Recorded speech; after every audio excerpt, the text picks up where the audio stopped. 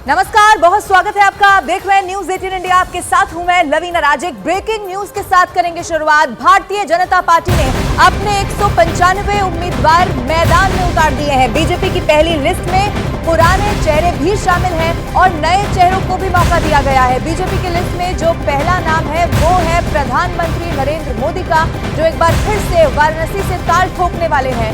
List में राजनाथ सिंह के लखनऊ से मैदान में होने का ऐलान कर दिया गया है। बीजेपी की लिस्ट में बांसुरी स्वराज का नाम भी शामिल है, जो नई दिल्ली से उम्मीदवार बनाई गई हैं। हालांकि आपको ये भी बता दें कि भोपाल से प्रज्ञा ठाकुर का टिकट यहां पर कट गया है, लेकिन कई सारे ऐसे चेहरे जो पुराने रिपीट किए गए हैं और कई सारे चौंकाने वाले ऐसे नाम जिनका टिकट काट दिया गया है। लेकिन इस पहली लिस्ट से ये साफ है कि भारतीय जनता पार्टी एक बड़े टारगेट के साथ जब मैदान में उतरने जा रही है तो उससे लिहाज से प्रत्याशियों का चयन भी किया गया है।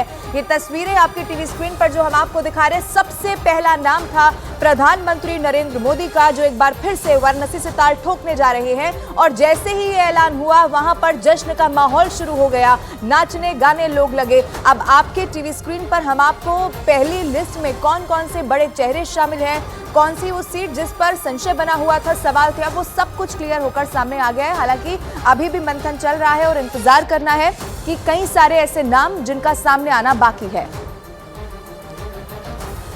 मध्य प्रदेश के पूर्व मुख्यमंत्री शिवराज सिंह चौहान को बीजेपी ने विदिशा लोकसभा सीट से टिकट दे दिया है और टिकट मिलने के बाद शिवराज सिंह चौहान ने कहा कि बीजेपी इस बार लोकसभा चुनाव में 400 से ज्यादा सीटें जीतने वाली है। नहीं, देखिए, मुझे तो पार्टी जो भी काम सौंपेगी उसको पूरी प्रामाणिकता, पूरी निष्ठा और अस्तित्व की संपूर्ण क्षमता लगा के काम करना है।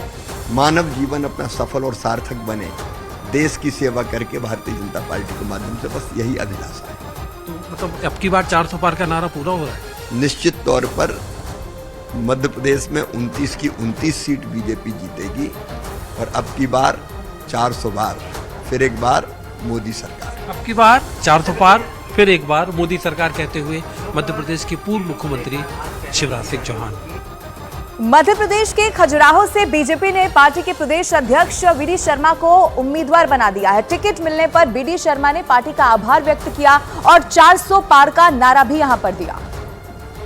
सर, आपको टिकट मिल गई है, आपको बहुत बहुत बधाई। मैं माननीय प्रधानमंत्री जी का, माननीय राष्ट्रीय अध्यक्ष जी का, माननीय अमित शाह जी का हृदय से धन्यवाद करता हूं, पूरे केंद्रीय नेतृत्व का। मुझे पुनः खजुराहो की जनता की सेवा करने का, बुंदेलखंड की जनता की सेवा करने का अवसर दिया है, इसलिए उनका बहुत हृदय से धन्यवाद। और मध्य प्रदेश के अंदर हम 29 की 29 सीटें इस बार ऐतिहासिक बहुमत से जीतेंगे। विदिशा से नाम जो आया, शिवराज सिंह चौहान पूर्व चौहान हमारे वरिष्ठ नेता हैं, मध्य प्रदेश के पूर्व मुख्यमंत्री और ज्योतिरादित्य सिंधिया जी को गुना शिवपुरी से, इसलिए उनको भी बहुत हृदय से बधाई और केंद्रीय नेतृत्व का धन्यवाद कि हमारे इस प्रकार के सीनियर और बड़े नेताओं को भी अवसर इस लोकसभा के चुनाव में दिया है।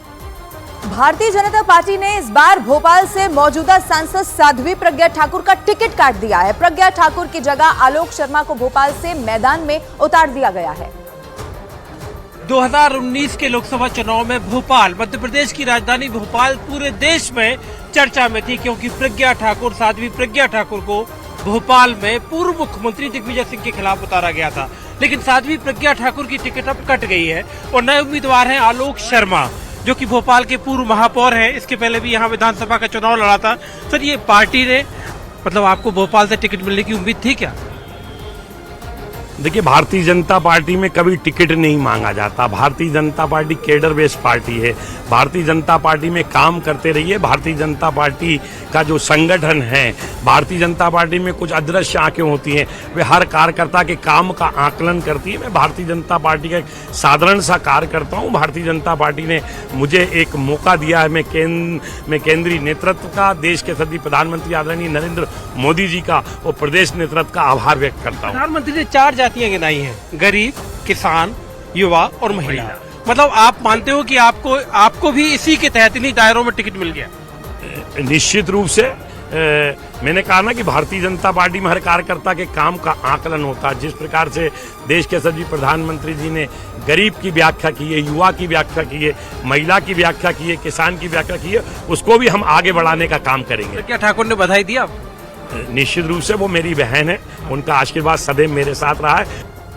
भारतीय जनता पार्टी ने नई दिल्ली सीट से अपना उम्मीदवार बदल दिया है। मीनाक्षी लेखी का टिकट काट दिया है और बांसुरी स्वराज को पार्टी ने टिकट दे दिया है। टिकट मिलने के बाद बांसुरी स्वराज ने क्या कहा, सुनवाते हैं आपको। दिल्ली लोकसभा क्षेत्र से लोकसभा प्रत्याशी बनी है बांसुरी स्वराज, जो फिलहाल ग्रीट यहाँ पर तमाम लोगों को कर रही है। बहुत बहुत मुबारकबाद आपको। देखिए तमाम लोग जो लोग आ रहे हैं बधाई दे रहे हैं और बांसुरी स्वराज जो है अब नई दिल्ली लोकसभा से चुनाव लड़ने वाली है। बांसुरी जी, एक रिएक्शन जरूर लेना चाहेंगे। जब खबर मिली आप कहाँ थी और पहला रिएक्शन क्या था कि नई दिल्ली से लोकसभा? जी, पहला रिएक्शन बहुत ज़्यादा कृतज्ञ महसूस करने का था। मैं आदरणीय यशस्वी प्रधानमंत्री श्री नरेंद्र मोदी जी का आभार व्यक्त करती हूँ। माननीय हमारे गृह मंत्री श्री अमित शाह जी की, हमारे राष्ट्रीय अध्यक्ष श्री जेपी नड्डा जी की, हमारे संगठन महामंत्री श्री बीएल संतोष जी की, हमारे प्रदेश अध्यक्ष वीरेंद्र सचदेवा जी की, संगठन महामंत्री पवन राणा जी की, दिल्ली के प्रभारी जय पांडा जी की, मेरी बड़ी बहन अलका गुर्जर जी की और भारतीय जनता पार्टी और संगठन के एक एक कार्यकर्ता की मैं कृतज्ञ हूँ। आभार व्यक्त करती हूँ कि मुझे इस योग्य समझकर ये अवसर दिया। और मैं आपको बता रही हूँ ये टिकट मेरी नहीं है, ये नई दिल्ली संसदीय क्षेत्र में भारतीय जनता पार्टी के प्रत्येक कार्यकर्ता की है। ठीक है, आपको ये टिकट जो है पहली बार दी जा रही है और पहली बार अभी अगर हम बात करें पिछले कुछ चुनाव की, 2 महिलाओं को 5 में से बीजेपी ने टिकट दी है।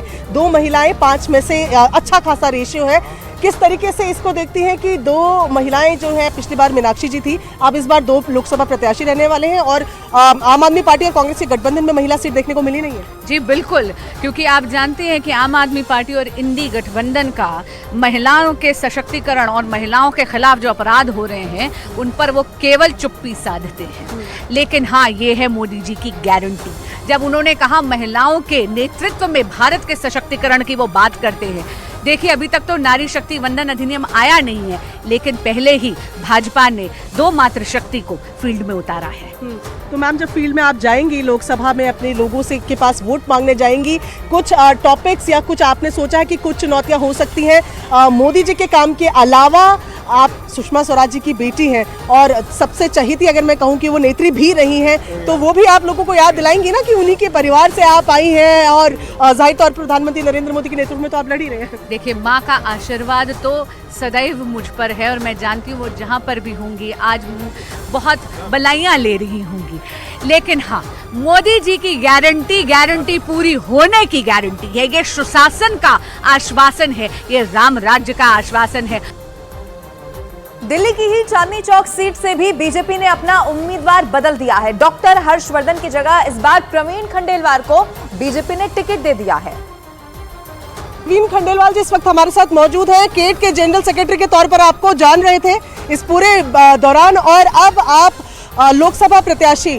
खबर जब मिली तो कहां पर थे और रिएक्शन क्या? जब खबर मिली तो मैं मेरे घर पर था और मेरे दो सारथी विपिन आहूजा और सुमित अग्रवाल दोनों मेरे साथ बैठे हुए थे।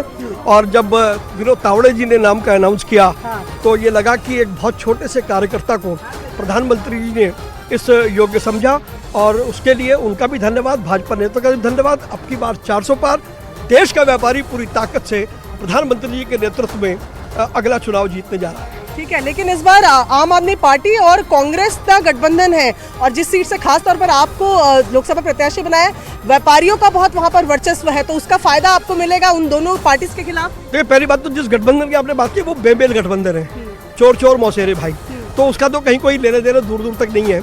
और जहाँ तक व्यापारियों का सवाल है तो व्यापारी हमेशा से भाजपा के साथ में रहा है और इस चुनाव में भी व्यापारी भाजपा के साथ में है। सबसे बड़ी चुनौती क्या रहने वाली प्रवीण जी? चुनौती कुछ नहीं है क्योंकि प्रधानमंत्री जी ने 10 साल बहुत ज्यादा काम किया है, इसलिए मैं कोई चुनौती नहीं मानता। कोई चुनौती नहीं है? कोई चुनौती नहीं है। हम रिकॉर्ड मार्जिन से जीतने वाले हैं।